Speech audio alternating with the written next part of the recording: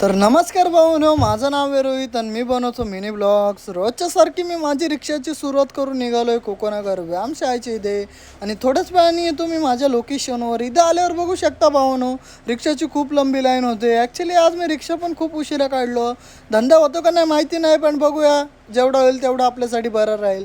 त्यानंतर 3 सीट बसवतो आणि भांडूप स्टेशन जे होते तर तिघाला भांडूप स्टेशनला ड्रॉप करतो. आणि इकडे शेअर भाडे मारून मतलब नव्हतं, कारण की रिक्षाची खूप लंबी लाईन होती.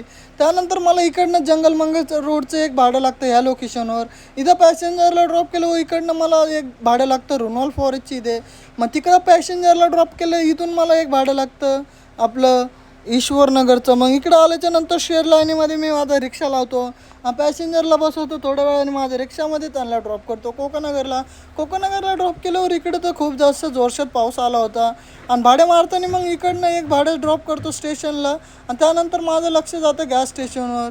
तर बघू शकता भाऊनो, आपले गॅस ऑलमोस्ट संपत आले. तर आपण येतो गाडीमध्ये गॅस भरण्यासाठी गॅस स्टेशनवर.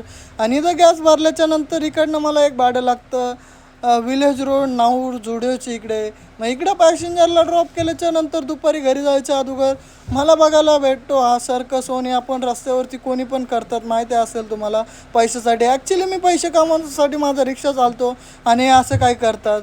बट तुम्ही काय काम करतात पैसे कमवण्यासाठी मला कमेंट करून नक्की सांगा.